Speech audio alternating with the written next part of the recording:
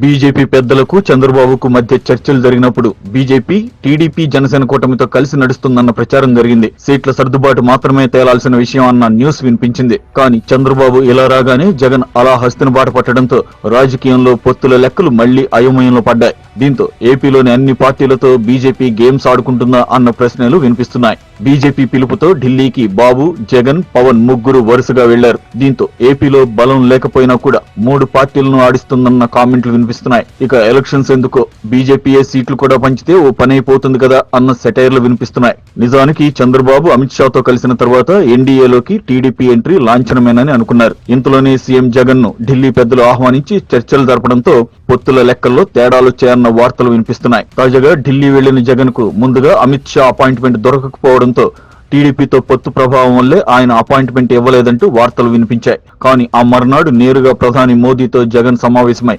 గంటన్నర పాటు చర్చలు జరపడంతో ఇంతకీ బీజేపీ వ్యూహం ఏంటన్న ప్రశ్నలు వినిపిస్తున్నాయి. చంద్రబాబు, జగన్ కు బీజేపీ ఏం సంకేతాలు ఇవ్వాలనుకుంటుందని పెద్ద ఎత్తున చర్చ నడుస్తోంది. టీడీపీతో పొత్తుల గురించి చర్చలు జరుపుతూ జగన్ తో మంత్రాంగాలేంటని ఏపీ వ్యాప్తంగా ప్రశ్నలు వినిపిస్తున్నాయి. ఇటు జగన్ తో స్నేహంగానే ఉంటారు, అటు పవన్ తో పొత్తులో ఉంటూనే కొత్తగా టీడీపీతోనూ పొత్తుల కోసం చర్చలు జరుపుతారు. ఇంతకీ బీజేపీ ఏం చేయాలనుకుంటుందంటూ పెద్ద ఎత్తున ప్రశ్నలు వినిపిస్తున్నాయి. ఈ తీరు సరికాదని ఇప్పటికే జనసేనతో పొత్తు వల్ల టీడీపీలో సీట్లు సర్దుబాటు జరిగిందన్న ఆవేదన తెలుగు తమ్ముళ్లలో కనిపిస్తోంది. ఇప్పుడు పొత్తు విషయంలో బీజేపీ క్లారిటీ ఇచ్చే వరకు సీట్ల సర్దుబాటు జరగదు. ఇటు ఇప్పటికే సీట్ల విషయంలో చంద్రబాబు ముందు బీజేపీ ఒక ప్రతిపాదన పెట్టినా దానికి చంద్రబాబు ఇంకా ఒప్పుకోలేదు. మొత్తంగా ఏపీలోని అన్ని పార్టీలను బీజేపీ గుప్పిట్లో పెట్టుకోవడానికి ప్రయత్నిస్తోందన్న వార్తలు వినిపిస్తున్నాయి.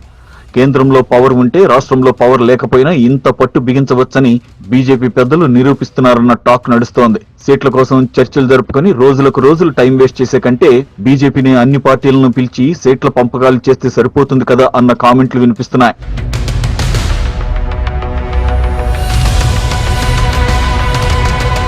ఈ వీడియో గనక మీకు నచ్చినట్టయితే లైక్ చేయండి, షేర్ చేయండి, సబ్స్క్రైబ్ చేసుకోండి.